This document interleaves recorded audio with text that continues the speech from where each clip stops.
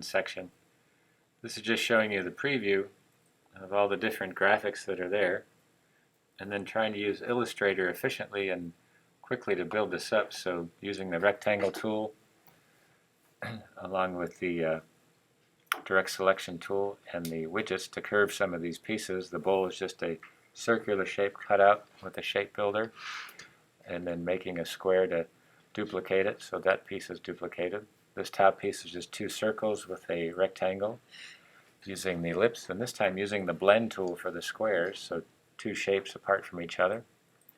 This part doing the icons with the rectangle tool and the widgets in order to make the curves in there, and using the shape builders, and this time using the scissors tool in order to build that up, and then using all the different paths and shapes. So these shakers, you just need to do one and then change the colors when you get them moved over.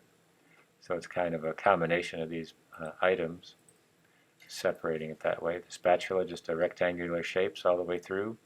The shape builder to help you, or the pathfinder to help. And this part with the trays and the arch tools, again using the widgets, the cross pieces, the pen tool to thickness, making that grid. And here's the whisk, just using a ellipse shape and then duplicating it and tapering it down with the direct selection tool on the paths.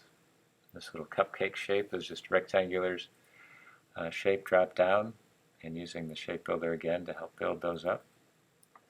And a little bit of a warp tool and then straightening out the bottom.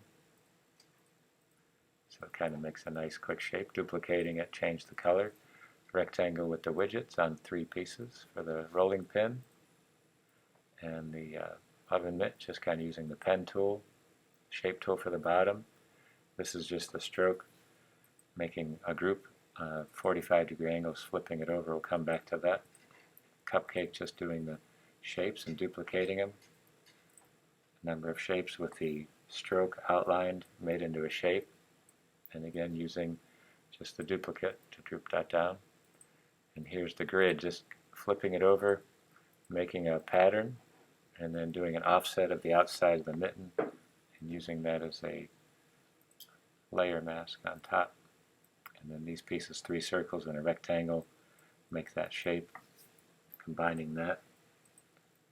And here with the teaspoon holder, just doing one of these, changing the colors and rotating it and duplicating it, scaling it to fit the three different sizes right through that piece. Here's the frosting part, just some outline strokes. Tried to use a little bit of the stroke to make some of the angles on the side to duplicate that. And then here's just a path, just trying it with some of the zigzag features and just drawing it with the pen tool and building all these pieces. Then adjusting them all, making a rectangle on top to do as a layer clipping path on the entire piece, and you end up with that entire section laid out pretty good. And a nice one section.